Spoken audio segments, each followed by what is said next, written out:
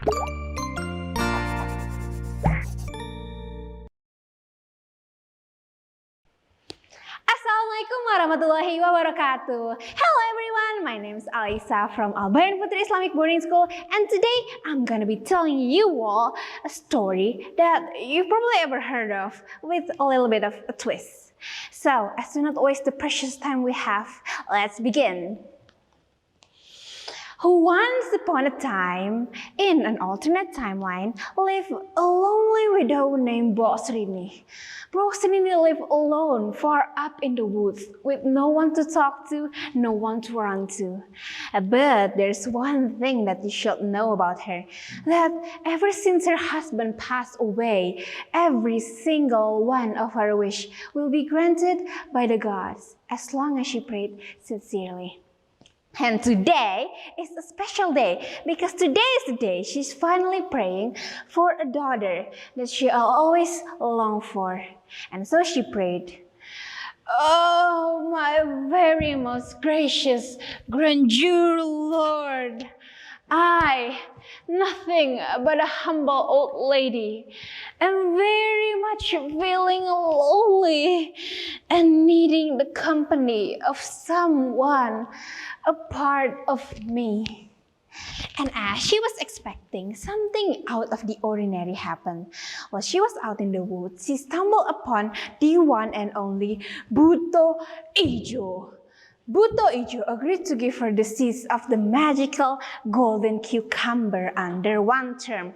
That one term is that when the child turns 16 years old, Buto Ijo will come back, retake the child, and make them his meal.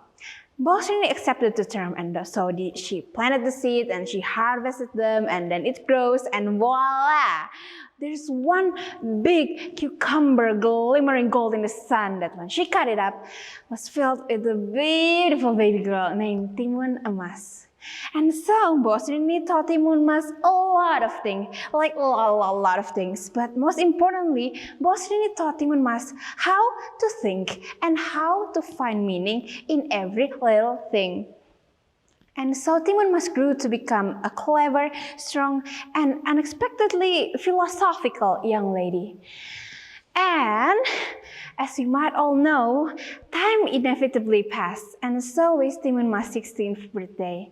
Near just like a week before her birthday date, Timun Emas grew increasingly depressed. She doesn't want to leave her room. She doesn't want to eat. She keeps thinking about this dying thing that is inevitable. But her mother was worried, sick about her. So she approached her and said, "Timun Emas, binti Bosrini, trust me, you will be fine. Trust me, I know." On the other note, let's talk about something else. Let's talk about hope. Let's talk about wishes. Let's talk about if there is one genie that will grant you one wish, what will it be? Timun Emas, oblivious about her mother's divine blessing, answered, "Since lately I've been just so in deep to the concept of time, I want to see how life will be like 1,000 years in the future." And so prayed Bosrini for her daughter's safety from Buto Ijo and her wish to see how life in the future will be like. And on the night when she was sleeping, she dreamt of a mountain hermit telling her, "Bosrini, if you want to live, stay at home. You go out, you die." And so came Timun Emas' 16th birthday. And yeah, they just stayed at home. Timun Emas was edging on the door, just shivering, wanting to get out. But on the other hand, her mother was chillingly cooking a pot of stew in the kitchen. Strangely, the pot of stew glows, and then it glows, and then boom! It exploded. And on the spot of the pot, a strange lady stood still. Everything about her was indescribable. He said, "I can see from your macro expression that you're shocked. I can see from your micro expression that you want to run away from something that is not me. You should run away and take this with you." The strange lady gave Timun Emas 3 things. Then a loud frown came from the front door.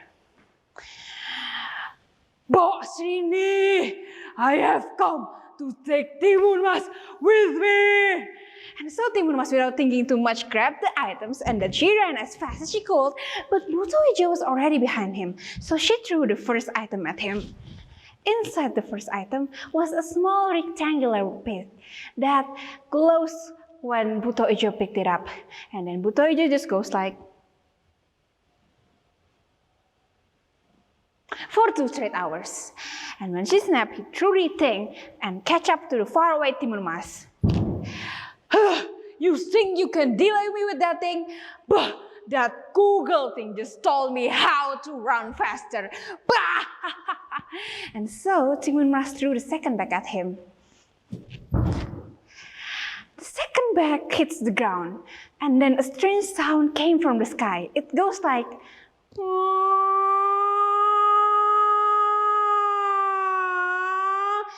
and then a pill-shaped flying object came towards the sky, fast toward Buto Ijo. Buto Ijo did not know what that is, but he just leapt to the sky and pushed that thing back into space where it belongs. Door. No single thing in this film can hurt this magnificent build that I've trained myself to become. And so, Timun Mas, still running, through the third bag. From the third bag came out a mechanical butterfly that flew right into Buto Ijo's ears. Inside his ear, it played an eerie music.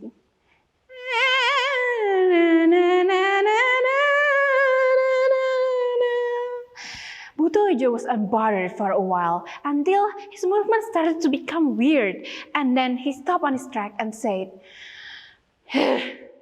you know what, even to this advanced, sophisticated era, we still cannot use our fancy little technologies to determine what the point of our short existence is. Why even wake up every day, working from day to night until the day that we die?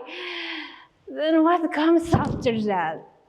Pitch blackness, non-existence. And you're just better than this worthy torture.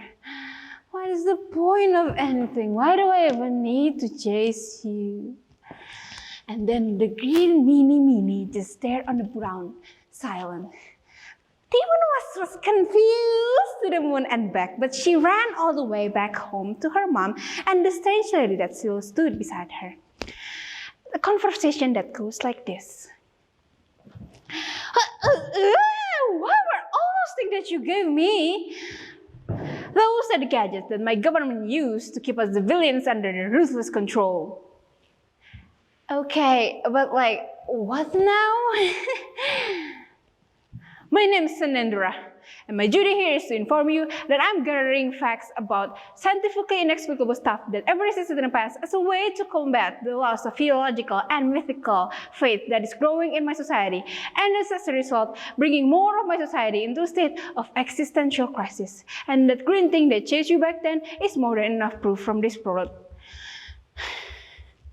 So just like what the next 1,000 years in the future look like, really? Quite frankly, yes. And as a people of the past, you should rejoice. As you can see, my reality is quite a dystopia indeed. After saying what she said, the lady glows again. After she glows, she disappeared, just like that. After the grandeur day that her 16th birthday was, Timun Mas can't stop thinking about what this technology, governmental control, existential crisis means. But she learned that if she doesn't live in her moment, if she doesn't enjoy the present that she has, nothing in life actually has a meaning. So she does what she best can to enjoy her time with her mother while it still can, and with each other love and care, they live happily ever after. The end.